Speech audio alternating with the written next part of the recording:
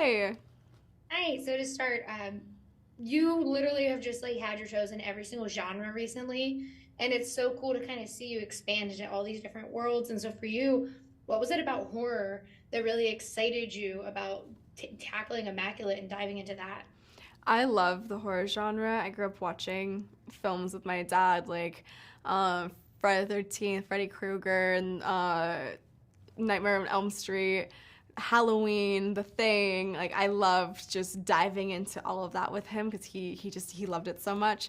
So I've always been a huge fan of this genre. So being able to be a part of it in a story that I was so passionate about and a character that I as an actor just love digging my teeth into, I was really excited.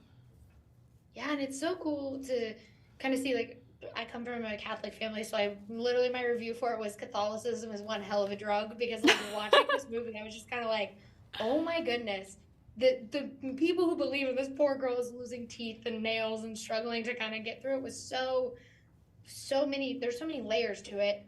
When you're an actor approaching that, how do you kind of map out how this woman is feeling when we don't really get to see those emotions, but you have to still make them very clear through those subtle moments?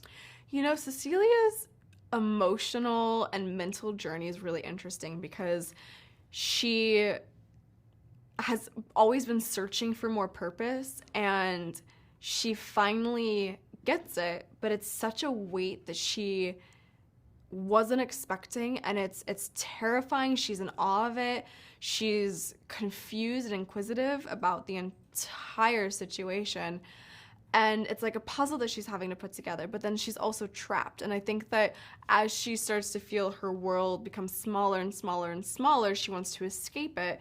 But one of the things I loved about Immaculate that differs from a lot of horror films where a lot of the characters that are trying to run away from the things that scare them, they're trying to actually escape, whether it's the house or a torture chamber or wherever this the horror element comes from. But for her, yes, she could try and escape this convent, but the biggest, scariest thing was actually growing inside her, and she could not escape from that.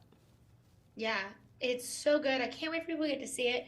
And before I leave, I do have to say, after watching You and Anyone But You, I want you to tackle like a real Shakespeare so badly. I like that's I was like, well, I want Sydney Sweeney to be in a real Shakespeare. I think it's gonna be so much fun. That would be so much fun. I love that idea.